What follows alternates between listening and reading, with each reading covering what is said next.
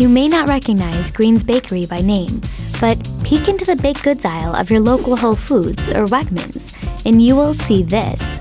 Loaves upon loaves of an iconic New York treat, a bread cake hybrid called Babka.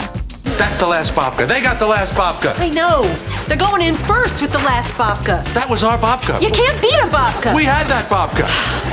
Green's Bakery is one spot that's selling its babka all over New York City. If you go anywhere in the country, if people know anything about babka, or you say the word babka, they're going to think about Green's and they're going to think about New York City.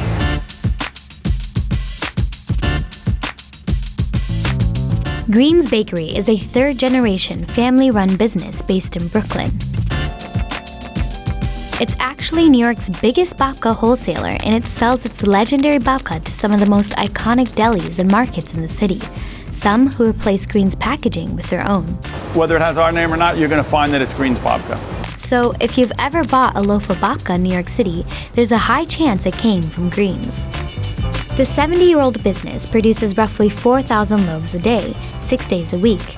Its babka comes in two flavors, chocolate and cinnamon, with chocolate babka being the best seller.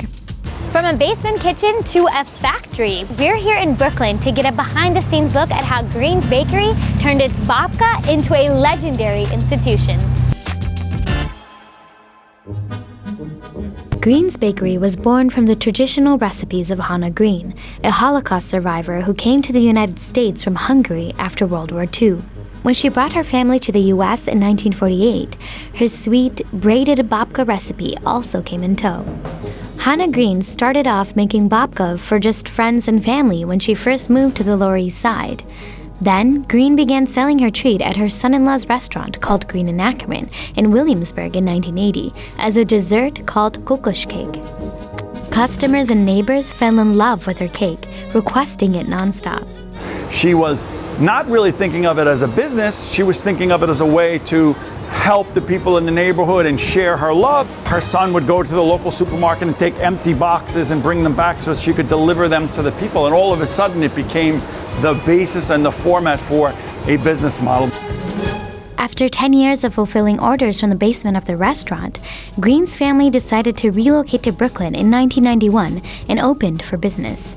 The babka that you're going to eat today from Green's is going to be the same babka that you would have eaten 50 years ago from Green's. It's the family recipe. It's the same product that Chana Green was making in her kitchen on the Lower East Side. Over the past few years, Green's has expanded its inventory to include other Jewish and Eastern European pastries like rugula and honey cakes. But it truly was its staple item that paved the way for its success. Its traditional home-style babka. Babka starts off with simple ingredients like sugar, flour, oil, water, and eggs, and there's absolutely no butter or dairy. The ingredients are all mixed together, kneaded, and shaped into dough balls. Green's babka is made in two ways, by machine and by hand. First, the dough is flattened out in a sheeter. Once the dough is at the right thickness, it is inserted into an automatic pastry production line. Depending on the flavor of the babka, either liquid marble cocoa or cinnamon is sprinkled onto the dough. Then, the wide slab of dough is cut in two and twisted into a roll. At the end, two workers braid the dough to form the legendary babka shape. Green's workers package the products and prepare them to be delivered to grocery stores, markets, and delis across the city and the country. With the overwhelming scent of chocolate and cinnamon goodness filling the bakery air, I couldn't wait to get my hands on the legendary babka. This is my first ever tasting of a chocolate babka.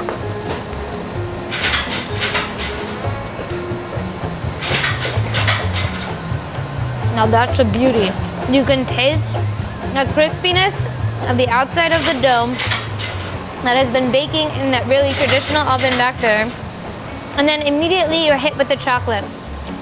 And then this moist inside that just melts in your mouth. I could totally see myself eating this at breakfast with a cup of coffee, the cinnamon babka. That is wonderful. It's like the perfect amount of cinnamon, perfect amount of sweetness. I'm just so happy that a woman named Chana Green came from Hungary, brought her own recipe to New York City, and has made it such a staple.